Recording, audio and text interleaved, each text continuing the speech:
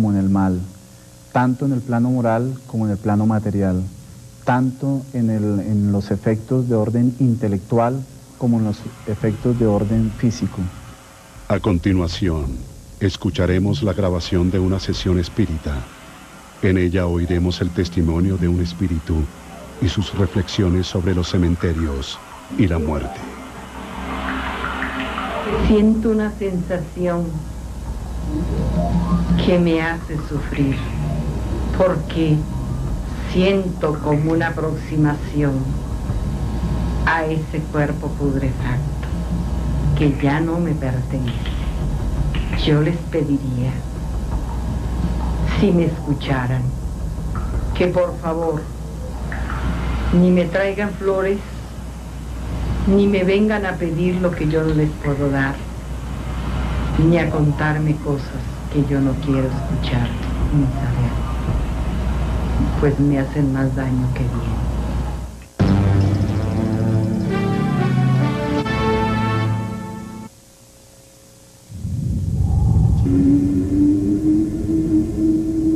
Pobres de los que no han amado más que los cuerpos, las apariencias.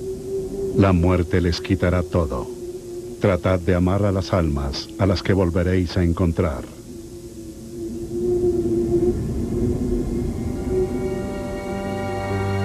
Para hablar del espiritismo tal y como se practica hoy en día, es necesario remontarnos al caso de las hermanas Fox. Es 1848, en el estado de Nueva York, en los Estados Unidos. La familia Fox se prepara para descansar después de una larga jornada en el campo, pero unos sonidos extraños se escuchan en la habitación de las pequeñas Margaret y Kathy Fox, quienes han entablado una conversación con quien después se presenta como el espíritu de un hombre que fue asesinado en esa casa.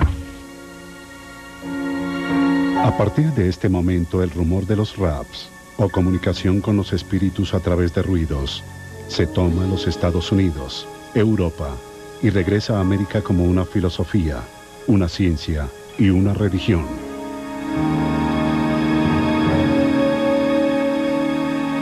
Las antiguas escrituras de todas las sociedades, aún las más arcaicas y primitivas, mencionan a los espíritus, hadas, espíritus de los bosques, demonios, duendes, ángeles, fantasmas.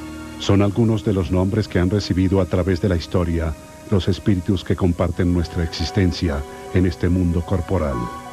El ocultismo, el esoterismo, la cábala hebreica, la ciencia egipcia y la teosofía son conocimientos antiguos donde podemos encontrar antecedentes de la relación de los hombres y los espíritus. En 1854, el profesor y científico francés Hipólito Léon Denisard-Rivelle inicia una serie de investigaciones sobre los fenómenos de las mesas giratorias, un tema de moda en los salones europeos. Mientras el común de la gente jugaba con el fenómeno, él empezó a deducir, como científico que era, que aquellas cosas, que aquellos efectos debían tener una causa, y que si los efectos eran inteligentes, como efectivamente lo eran, las causas debían ser inteligentes. En la sociedad científica europea, Hipólito Léon era un reconocido científico y pensador. Para evitar que confundieran sus diferentes obras, firmó bajo el seudónimo de Allan Kardec todo su trabajo sobre el espiritismo. A medida que las preguntas de Kardec recibían respuesta de los espíritus, él percibía cómo se generaba el cuerpo de una doctrina y se preparaba para publicar en abril de 1857 el libro de los espíritus, el primero de una serie de 5 libros, escritos a partir de la enseñanza dictada por espíritus superiores, con la ayuda de médiums y que Allan Kardec recopiló y puso en orden. Una obra que establece las bases filosóficas y científicas de la doctrina espírita moderna. El libro de los espíritus contiene más de 1018 respuestas sobre la inmortalidad del alma, la naturaleza de los espíritus y sus relaciones con los hombres, la vida presente y futura, muchas de ellas dadas por espíritus superiores como San Agustín, San Luis, Platón y el apóstol Pablo. En 1861 se publicó el libro de los médiums, una guía completa que compila las enseñanzas de los espíritus sobre todos los géneros de manifestaciones, los medios de comunicarse con el mundo invisible, el desarrollo de la mediumnidad, las dificultades y riesgos que se pueden encontrar en la práctica del espiritismo. El Evangelio según el Espiritismo es el tercer libro publicado en 1864. Contiene la explicación de las máximas morales cristianas, su relación con el espiritismo y su aplicación en la vida cotidiana. En 1865 se publica El cielo y el infierno o la justicia divina, un estudio de la naturaleza de los ángeles y los demonios, del cielo, el purgatorio y el infierno, y se evalúa el código penal que rige a los espíritus.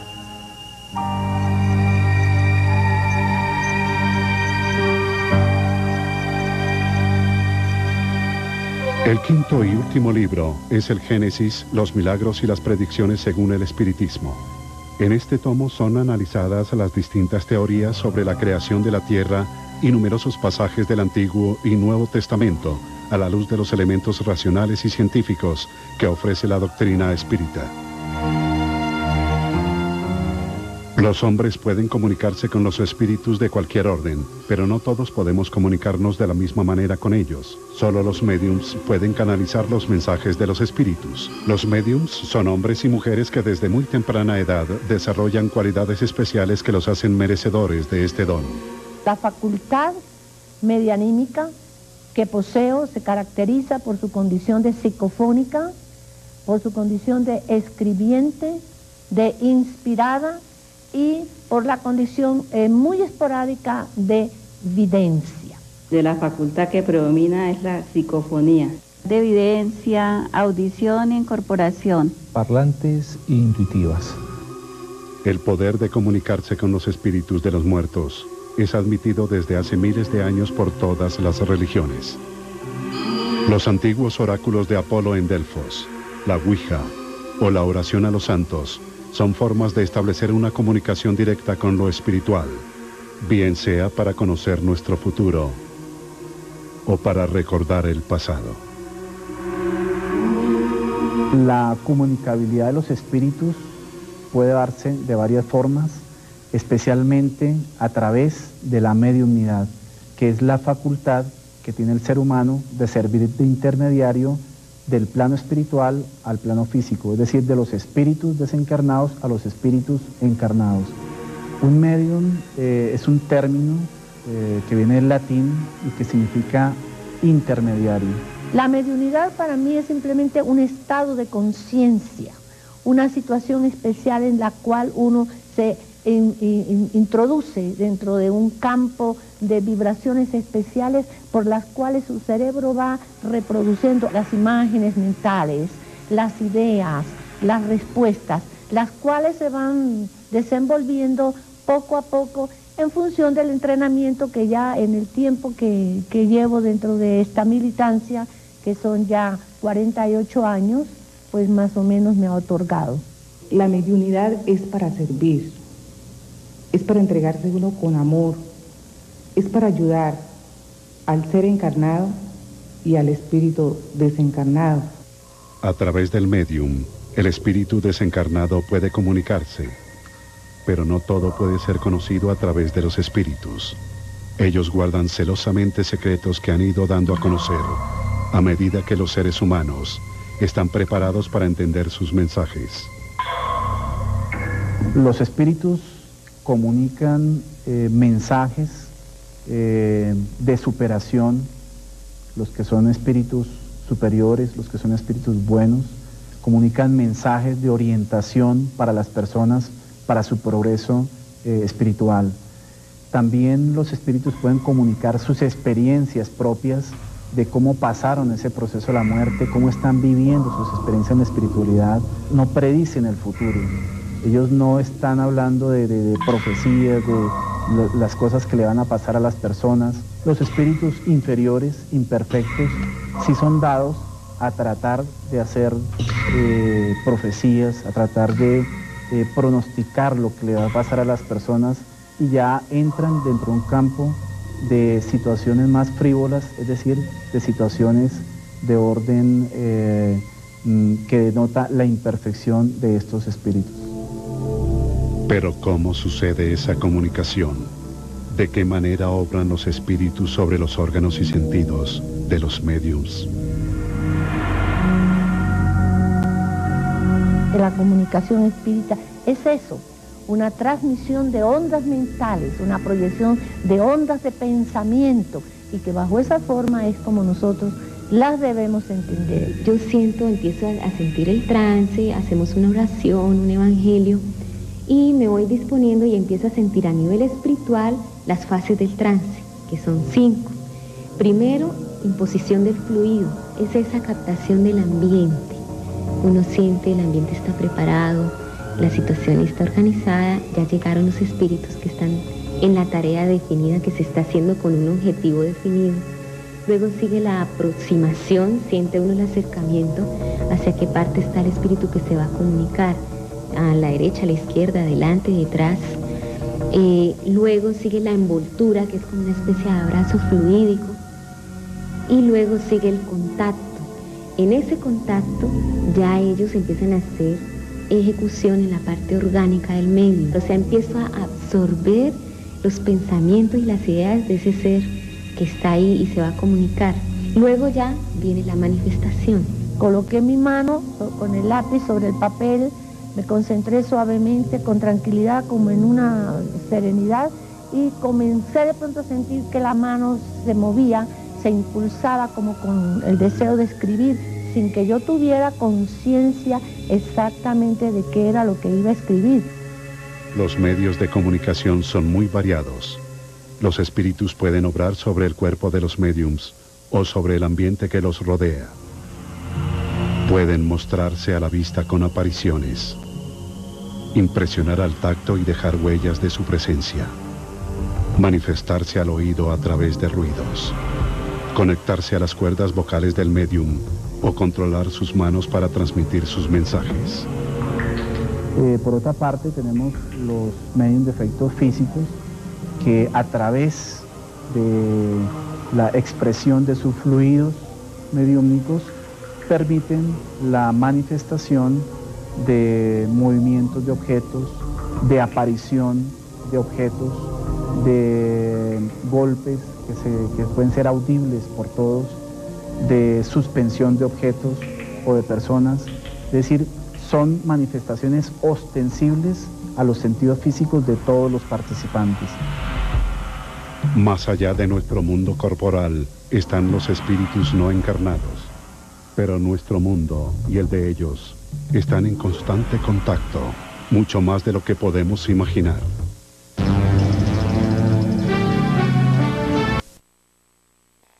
Ni vuestros actos ni vuestros pensamientos. Cuanto más a solas os creéis, tenéis a vuestro alrededor una multitud de espíritus que os ven. Para el espiritismo, esta constante de nacer, vivir y morir en la tierra tiene como finalidad la evolución de nuestro espíritu. Una evolución que nos conducirá a Dios en un proceso que solo es posible a través de la reencarnación. No sabemos cuántas veces hemos muerto. No sabemos cuántas vidas nos hacen falta hasta alcanzar el desarrollo moral necesario para ser espíritus puros. Reencarnar significa la acción de volver a entrar en la carne. Dios, en su infinita bondad y misericordia, permite que los espíritus volvamos a la tierra para alcanzar esa felicidad plena. No existe involución, siempre estamos encarnando para progresar y cada vez adquirimos un nivel más superior de conciencia en lo moral y en lo intelectual. En otras filosofías consideran la reencarnación con la posibilidad de devolverse a encarnar en seres inferiores, por ejemplo, en animales, con lo cual la doctrina espírita no está de acuerdo. Comunicarse con espíritus reconocidos, personajes históricos, grandes hombres y mujeres, ha sido el objetivo de muchos al acercarse al mundo espírita. Pero, ¿es posible? Desde niña empecé yo a sentir las manifestaciones o síntomas de lo que era la mediunidad. Pues gracias a que nací también en cuna espírita, Mi padre poco a poco me fue orientando a aquellas cosas que yo sentía que eran como raras en mí. Cuando se organiza una sesión pictórica, pedimos a Dios que nos dé el permiso, porque por encima de todo hay que tenerlo a Él presente para cualquier tarea que nosotros dispongamos. Autorización, y Él dispone qué espíritus van a estar.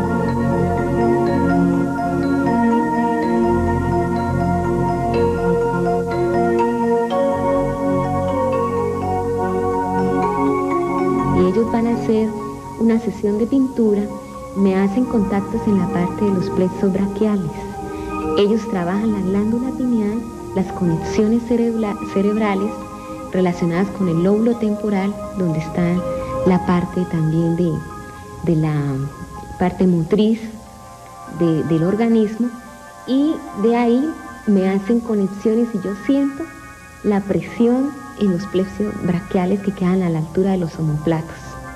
Entonces eso a mí también me da, como le digo yo, como una especie de seguridad de que la tarea es una cosa organizada y bien ejecutada.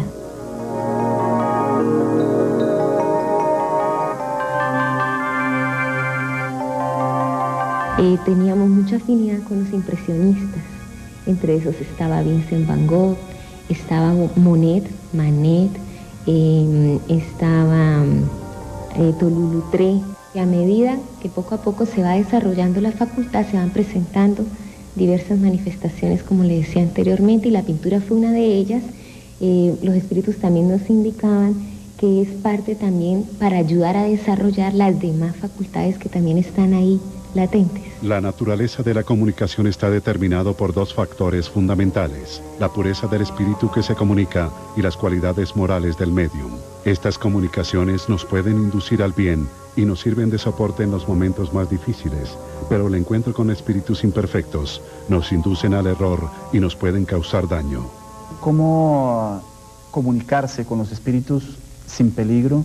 A través precisamente de las normas que el libro de los medios nos brinda, es decir, estableciendo una vida moral sana y una vida de constante oración y meditación que eleve el plano vibracional del medium, el plano mental, el plano espiritual, y por sintonía estará siempre en contacto con espíritus superiores. Cuando esto no es así, cuando el medium no se acoge a estas normas, está sintonizado vibratoriamente con espíritus inferiores y su facultad, su mediunidad, estará afinizado a esos patrones espirituales, pudiendo desencadenar posteriormente en deterioro de su facultad y en deterioro de su organismo. Son muy conocidos y numerosos los casos de grupos de jóvenes y de personas inexpertas que, desconociendo estas advertencias, han salido perturbadas espiritualmente. Utilizando los más simples instrumentos durante más de 145 años, los practicantes de la doctrina espírita se han comunicado con los espíritus.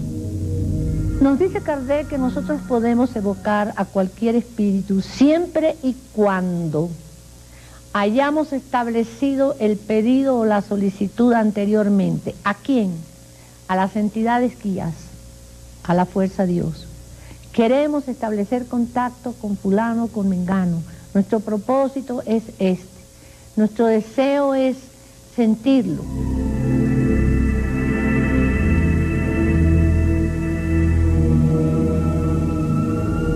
Tener el instrumento o el medio o la persona dotada de las facultades debidamente comprobadas. Tener un objetivo serio para la realización de esa sesión.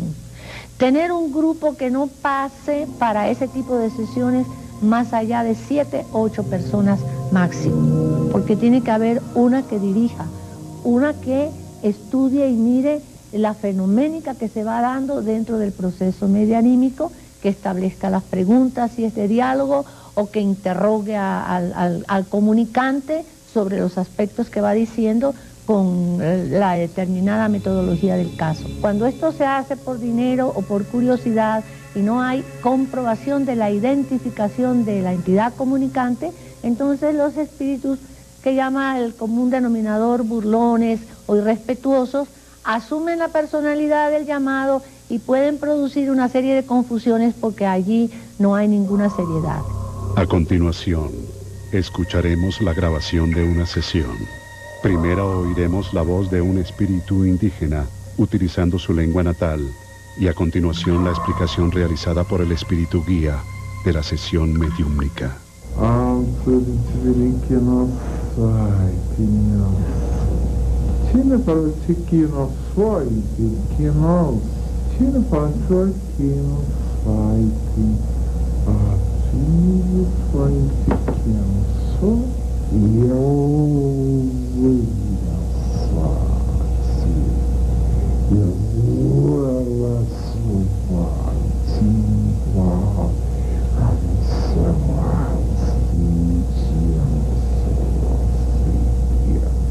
Casi siempre en las reuniones mediúmnicas pasa un mensaje de un espíritu en sufrimiento e inmediatamente ya uno sale esa energía, este espíritu, penetra otro mensaje de un espíritu bueno que viene y habla cosas lindas, ¿no?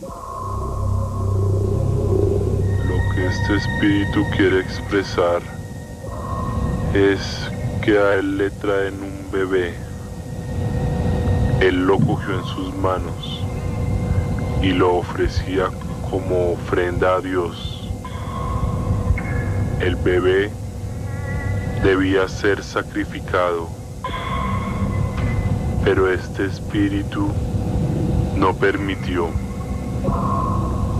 Él pedía que él tenía derecho a vivir, que Dios le había dado la vida y nadie se la podía cortar. Que sabemos lo que Dios nos envía a través de la sabiduría que este bebé trae para ofrecer a la comunidad. Algunos vienen por curiosidad, por aquel fantasma que se ha creado en esa palabra espírita, que es de brujería, que hechicería. Algunos vienen a demostrar que traen interés por el fenómeno, ¿no? Por a ver si oyen los espíritus, si los ven. Otros vienen por la necesidad de aclarar, de esclarecer en ellos el porqué de la vida. Después de pasar por tanto sufrimiento y por tanto dolor, quieren buscar algo más, ¿sí? Quieren buscar orientación, conocimiento.